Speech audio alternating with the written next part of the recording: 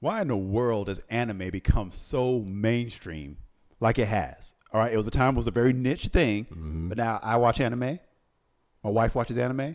My mom watches anime. It's like the fourth. My father has it. My sister has it. So here's my theory. I think the reason anime is so popular has nothing to do with the great storylines that make it so much better than Western media or anything like that. It's one very simple reason. Anime is sports. Sports has a broad appeal that is international, global, ancient even. And anime has always had the potential to be as big as sports for the exact same reasons that people love sports. So if you're a sports fan, you're liable to be an anime fan. And I've got a couple of points as to why that is, why they are exactly the same thing.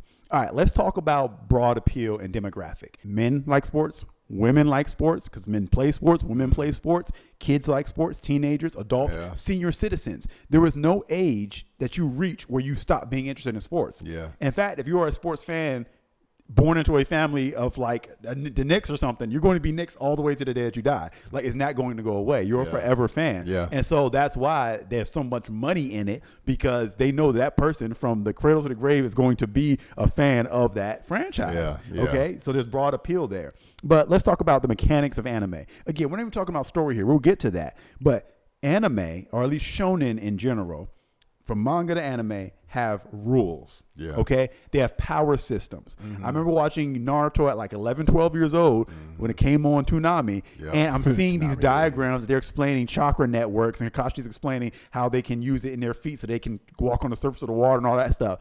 And as I'm sitting there and I'm watching this, you would think as a storyteller, okay, there's way too much explaining happening here. You're going to lose people. But you're not. We get into that stuff. Well, in the same way, sports have rules. You know, you're watching sports and you're learning the rules of football. You're learning what the downs are, what a touchdown is. It's very asymmetrical in the way that the point systems work. Like, okay, this gets you 6 points, but this will get you 2 points, but this will get you 1 point. And it's like there's so many different positions and all that. It's very complex. Sports are complex. It's a lot of knowledge you got to keep. But anime's the same way. But anime fans, we don't mind that stuff. We can keep all that information logged in our brains as we're enjoying the story. So again, if you're a sports fan, you're likely to be an anime fan. The other thing that's interesting about it is, even with the complexity that sports has, you don't have to understand all of it to enjoy it. That's right. Because you think about, like, with anime, there's some people who go heavy into like breaking down power scaling, that go into a lot of technical stuff, where there could be some anime fans who are like, I just like I like what's happening. I like the action. I like seeing these characters do these things. We're all watching the same as that thing. It's not like we're seeing something different, but you can enjoy it on different levels. Exactly. And that's what I think is interesting with say, for example, basketball.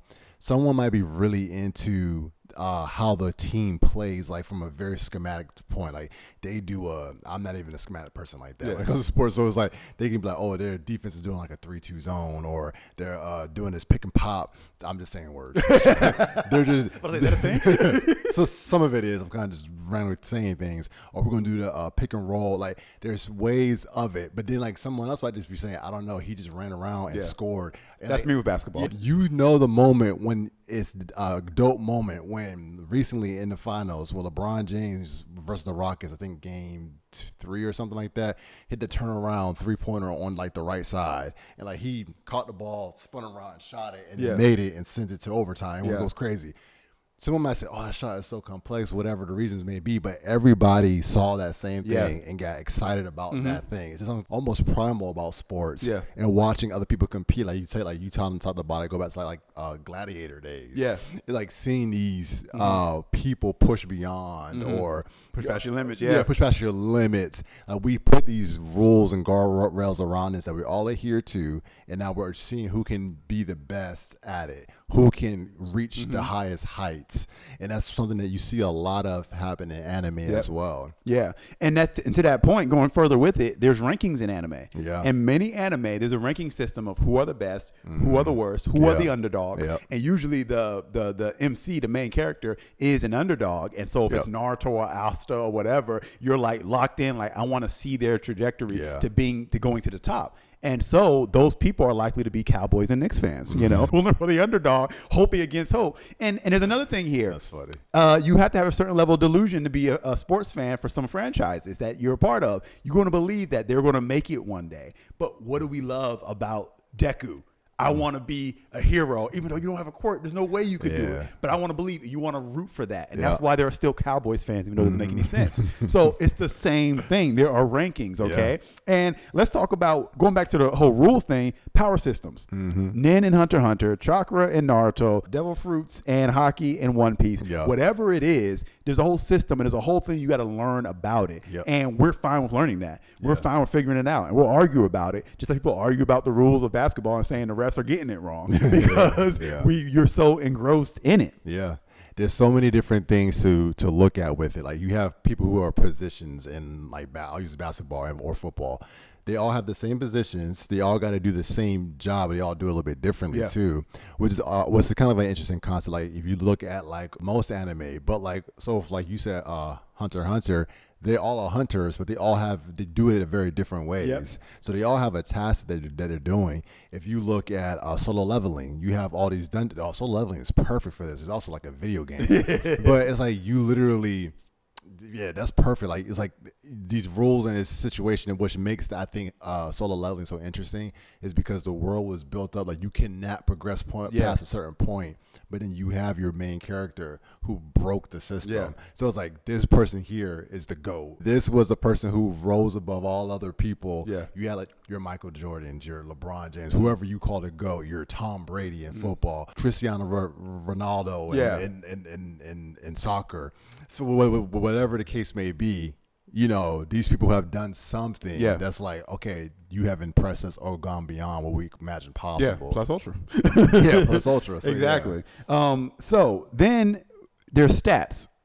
Naruto had data books. So he would actually write the data books and have rankings for people who would debate the stats, just like there are people who go hardcore and get into stats reading for Michael Jordan versus LeBron James. Like, no, I can mathematically prove to you why one is better than the other. And you could do the same thing in anime because there are actual stats that you can look at in all these anime. Sometimes the mangakas will actually support that with data books and things like that, extracurricular material to back it up. I mean, if we start getting a trading card game, start getting a Pokemon or Yu-Gi-Oh, like we're going even further into that realm, you know? I mean, that's a whole other category right there. It's definitely, it's also something about it which also kind of makes me lean more toward preferring anime as a form of entertainment, is because it gives you something to believe in. It gives you something to root for.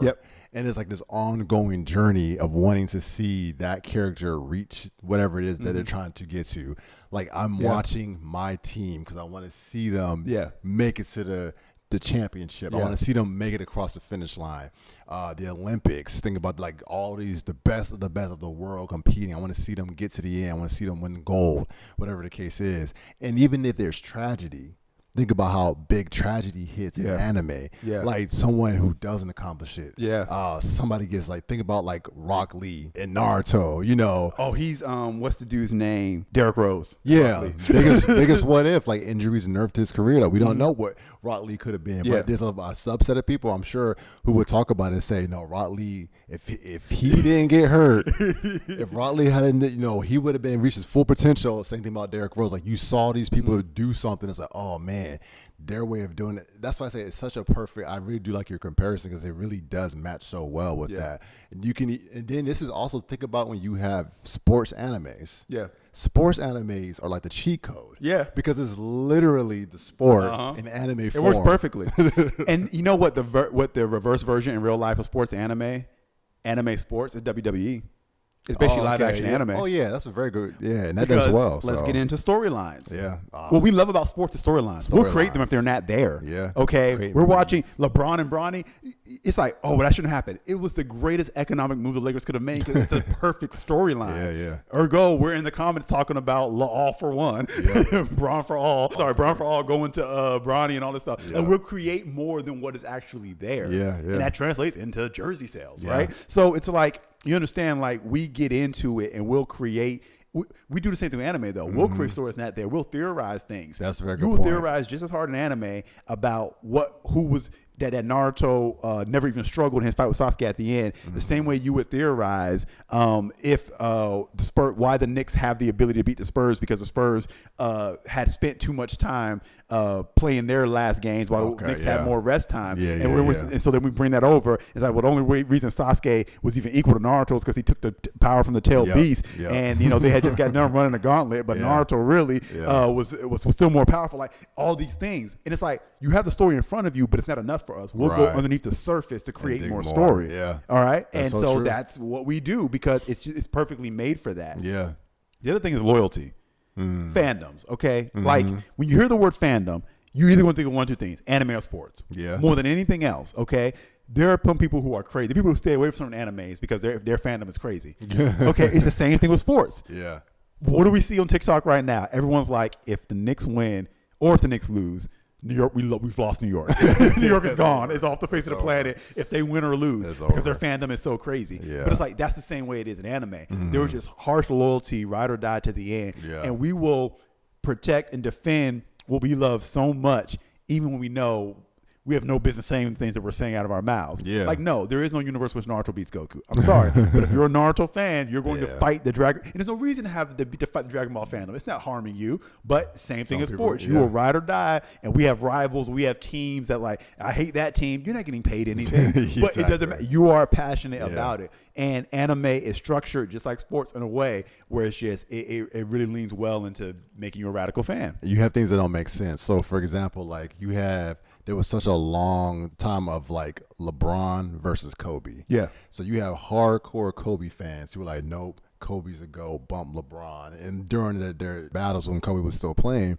So when Kobe retired and LeBron came to the Lakers, you had Laker fans who were just salty because they fought so hard against LeBron. So it's like, he's on your team now. Nope, bump him. I'm not rooting for that man because I don't like him. So plug in a scenario, it'd be like somebody like in the anime is like, nope, I hate that anime character. I don't want them to be on this side. It'll go even worse when you find out that the mangakas actually are friends with each other and will do homages or whatever. Okay. You don't want to talk about it. It's like the guy, he did a One Piece cover. Oda did a One Piece cover where they all dressed up as Naruto characters. But it's like, so why are you guys fighting in the fandoms when they like each other? Exactly. They take inspiration from each other. All of them worship Toriyama as like the godfather of anime and take inspiration from him. Like, why are you worried about it? It's like, no, mine's better. Yours sucks. It's like, dude, like there's no reason to be this way. That's how it is. People love to ride behind something. Yep. And again, I mentioned this about underdogs, but people love their underdogs. And that's what anime is about. It's about rooting for the underdog. And chances are, if you're a sports fan, you have been in an underdog scenario at some point. Yeah, at some point you've or had to root for an received underdog. the hate if you were like a Patriots fan, for example, or Warriors fan. When you weren't the underdog for so long. Oklahoma City fan. Yep. Now, what's so funny is, I'll give you a perfect example. During the Olympics, everybody was like, is this what it feels like to be a Warriors fan? Were you cheering for Steph Curry? Same thing for me, because in that run of Cavs versus Warriors back-to-back years, I was always rooting for the Cavs. So I hated, but I was very mad at Steph Curry, Kevin Durant, all them. But seeing Steph Curry, like, I can root for him now. It feels good. That's like when the villain becomes the hero, you can root for him. When you got Hisoka on the dodgeball team, and it's like, okay, you were always on the other side, but now it's like, I'm glad you have your bungee gum skills because we need this to win this match. So it's like, when the guy from the other side comes on the team and you can finally root for them. Yeah, it's all there. Like, it's anime is sports, and that's really why it's so successful. Yeah, so I think, anime is just primed for even more success now. It's become so much more mainstream. So many more people are getting into it. There's so many, like I would go like on Crunchyroll and just look at all the different shows. Like, there's so many different types of anime. So if you're a sports fan, you have not watched anime, check it out. Yeah. Give it a try. Yeah. You might really like it. Yeah, and it's different levels for you. You may love this power scaling community. Yeah. You may love the agenda community. All these things work because these all things also exist in sports. We power scale LeBron versus MJ. I mean, it's like, it very much is there. You have people who probably analyze stuff and people say, whoa, why are you going so hardcore in this? Like, let's just enjoy it or whatever. Yeah, people who analyze sports and do that. So vice versa. If you like anime, try watching the sport. Yep. You would enjoy it. Get into the storylines. Now, here's what I think. I don't think I'm the first person to realize this theory. Whether it's conscious or not, I think that what comparison I've just made is actually changing anime for better or worse. Okay. Because here's the thing about sports and why it's such a good, money pot is because sports never ends. Yeah. It'll never end. That's true. No matter who retires, there'll be another star. Yeah, yeah. And so now anime can never end. As anime has become more mainstream, as it's on every streaming service and everywhere, we're making live action series of One Piece. Plus, we're redoing the anime over, even though the anime isn't even done yet and the manga isn't even done yet. So it's like, what's happening? It can never end. Yeah. And so we got to have Dragon Ball Super. We got to have Baruto and Baruto 2 Blue Vortex. It can never end. Okay? Going. Because sports never ends. And so when you realize you got this rabid fan base, you got to capitalize on it. You can't let it in. Yeah. And so you got to find new ways to cash in on the product, because why wouldn't you? Right. The fans love it. They want it. So give them more. So now I think we're at a point now where maybe mangakas would have ended certain things, but the publishers are going to be like, nope, keep pushing, give us more, or take your protege, let him keep running with it. Toyotaro for Toriyama with Dragon Ball Super, it's like, keep pushing, because we need more. This can never end now. We got to keep milking this fandom, and call it milking or call it serving the fan base. I mean, I'm enjoying Baruto 2 Blue Vortex right now. I am. So it's like, I'm not saying it's necessarily a bad thing, but it is changing anime forever, I think. Yeah. Now, that's a good point. So if we're going to keep stuff going, I need me a new season of My Hero Academia. Yeah. I need to see what's going on post credits. Yeah. I want something for the future. I want to see All Might in his prime. I want to see all that. To be honest with you, just give me that. All I need is All Might in his prime. I'll be happy. Yep. I want to see All Might in his prime. Yeah. That's all I need. Now, as we close things out here, I want to highlight a YouTuber who actually brought together the sports and anime nature very well. And it's the guy who made Who Piece. Yeah. Okay. Shout out Matchup Media. So we actually did an interview with him a while back, and we're almost done editing it, and we're going to release that video right here on our channel. We got to ask him about his inspirations, how he got into it, and just the great product that he's making right now. Not just Who Piece, but just all the comparisons for all kinds of sports and animes. If you've never heard of Matchup Media, go and check it out. If you agree with anything that we said in this video, you'll see immediately why that works and what's going on with Who Piece and Matchup Media. So go check them out, and once we're done editing the video, we'll go to upload the interview that we were able to do with him. So thanks, Matchup Media, for just sitting down with us and doing that. Also, if you really are interested in what we're talking about here, it leads into my next theory, which is that sports is the future and now the core pillar of all streaming services, and that they need them now to survive. So if you're interested in hearing more about that theory, or saying, yeah, I think I already see where you're going with that, go ahead and leave a comment below, and then maybe we'll record that video and do that next week or something. But Sounds dope. anyway, thanks for watching. I'm Jalen. I'm Zoe. Thanks for watching. See you next time. Peace.